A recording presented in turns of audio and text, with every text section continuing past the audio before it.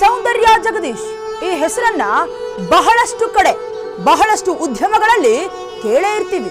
ಅದರಲ್ಲೂ ಬೆಂಗಳೂರಿಗರಂತೂ ಈ ಹೆಸರು ಚಿರಪರಿಚಿತ.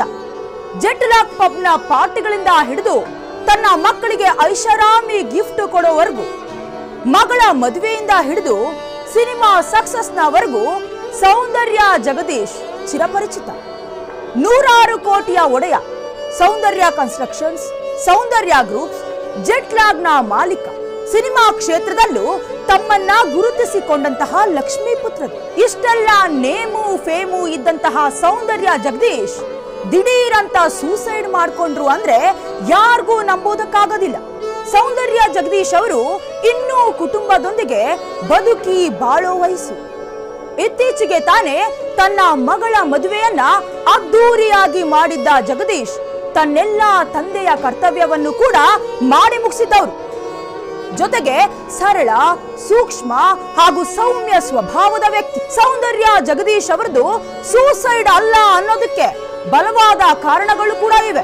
ಅವರು ಸಾಯೋ ಮುನ್ನ ಯಾವುದೇ ಡೆತ್ ನೋಟ್ ಆಗ್ಲಿ ಅಥವಾ ಆಪ್ತರಿಗಾಗ್ಲಿ ಯಾವುದೇ ಮಾಹಿತಿಯನ್ನು ಕೂಡ ಕೊಟ್ಟಿರಲಿಲ್ಲ. ಇಲ್ಲಿ ಕುತೂಹಲಕಾರಿ ವಿಚಾರ ಏನಪ್ಪಾ ಅಂದ್ರೆ, ಅವರಿಗೆ ಯಾವುದೇ ರೀತಿಯ ಆರ್ಥಿಕ ಸಮಸ್ಯೆ ಆಗ್ಲಿ ಅಥವಾ ಹೇಳಿಕೊಳ್ಳುವಂತಹ ಆರೋಗ್ಯ ಸಮಸ್ಯೆ ಆಗ್ಲಿ ಇರಲಿಲ್ಲ. ಹಾಗೆ ನೋಡೋದಾದ್ರೆ ಸೌಂದರ್ಯ ಜಗದೀಶ್ ಪಕ್ಕಾ ಫ್ಯಾಮಿಲಿ ಮ್ಯಾನ್. ತನ್ನ ಹೆಂಡತಿ ಮಕ್ಕಳ ಮೇಲೆ ಪ್ರಾಣನೇ ಇಟ್ಕೊಂಡಿದ್ದವರು.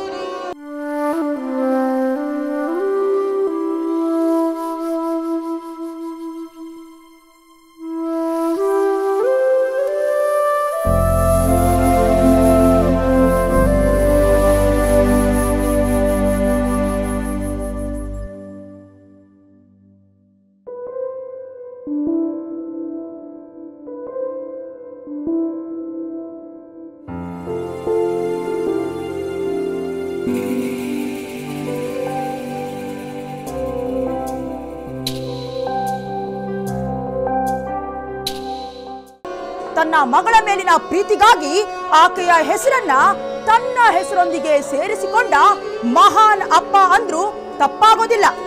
ಹೀಗಿರುವಾಗ ಸೌಂದರ್ಯ ಜಗದೀಶ್ ಸೂಸೈಡ್ ಮಾಡ್ಕೊಂಡ್ರು ಅಂದ್ರೆ ಯಾರ್ ತಾನೇ ನಂಬ್ತಾರೆ?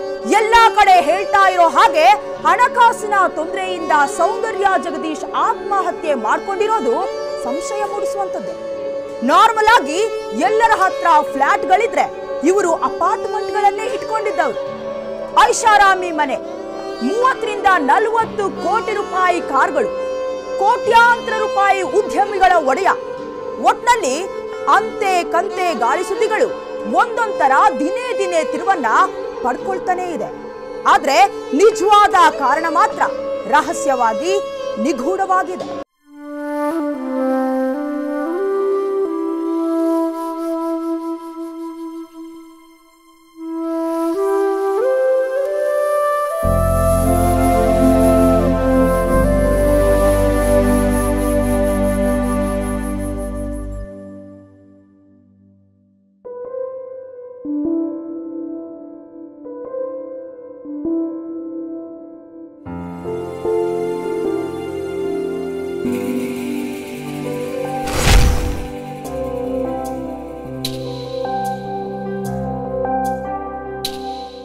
ನೋಡ್ತಾ ಇರಿ ಫ್ರೀಡಂ ಟಿವಿ.